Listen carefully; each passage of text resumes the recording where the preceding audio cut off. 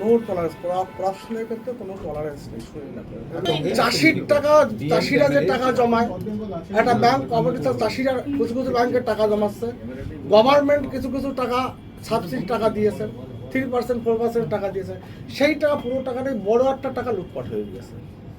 সেটা আমি আধিকারিকদের বলেছি, আপনারা রিপোর্ট বানান কত টাকা গভর্নমেন্টের বিগত 15 বছরে কত টাকা কোন ব্যাংকের টাকা লুট করেছে, আপনার সেই রিপোর্ট তৈরি করে দিন, টাকা তোলার ব্যবস্থা করতে হবে। সমবায় দপ্তরে বিভিন্ন যে ব্যাংক আছে, ব্যাংকের টাকা লুটপাট করে খেয়েছে, বাংলা কথা তাদের টাকা রিটার্ন দিতে হবে, চাষির সরকারের টাকা রিটার্ন দিতে হবে। আপনাদের রিটার্ন না হলে আইনানুগভাবে অডিট শুরু হয়ে গিয়েছে, আজকে থেকে আইনানুগভাবে যেটা ব্যবস্থা করা সেটা আমরা করবো। টাকা আপনাকে দেওয়া লাগবে, তারপর আইনগতভাবে কীভাবে শাস্তি হবে না হবে সেটা ডিসাইড করুন ভাই।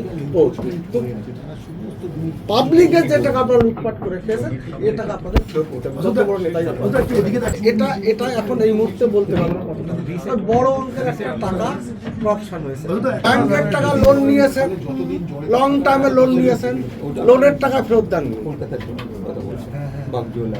প্রভাব প্রতিপত্তি খাটিয়ে লোনগুলো নিয়েছেন, সে লোনের টাকা ফেরত দেওয়া হয়। আমি পরিষ্কার ডিপার্টমেন্টকে অর্ডার দিয়েছি 1 কোটি বা তার সর্বঊর্ধ্বে যত টাকা লোন আছে লিস্ট তৈরি করতে।